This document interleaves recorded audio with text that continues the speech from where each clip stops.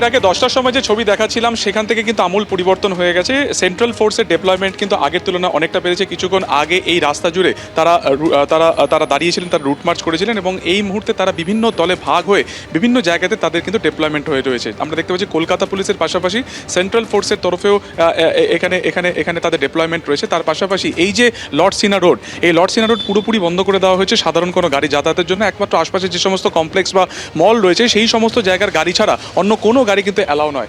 এই যে গোটা রাস্তা দেখতে পাচ্ছ 200 মিটার, এই যে সাখাওয়াত মেমোরিয়াল স্কুলের সামনে যে রাস্তা, প্রায় 200 মিটার রাস্তা, সেখানে বিভিন্ন জায়গাতে কিন্তু এভাবেই সেন্ট্রাল ফোর্স মোতায়েন করা হয়েছে যাতে কোনো রকমভাবে জমায়েত না হয়। গতকালকে প্রায় 4 ঘন্টা মুখ্যমন্ত্রী মমতা বন্দ্যোপাধ্যায় এখানে ছিলেন এবং সেই সময় বিজেপির কর্মী সমর্থকেরা বাইরে সেখানে বিক্ষোভ দেখায় এবং তার ঠিক পরেই গোটা যে জায়গা সেখানে কিন্তু আমূল পরিবর্তন হয়ে গেছে।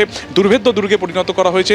ভেতরে যাদেরকেই ঢোকানো হচ্ছে বা তারা যারা যাচ্ছেন তাদের একেবারে নির্বাচন কমিশনের যে পরিচয়পত্র রয়েছে সেই পরিচয়পত্র ছাড়া কাউকে ভেতরে অ্যালাউ করা হচ্ছে না। তুমি দেখতে পাচ্ছ পরিচয়পত্র চেক করা হচ্ছে এবং তার যদি ভেতরে যাওয়ার পারমিশন থাকে, তার যদি বৈধ অনুমতি থাকে তবেই তাকে কিন্তু ভেতরে যাওয়ার তার অনুমতি রয়েছে।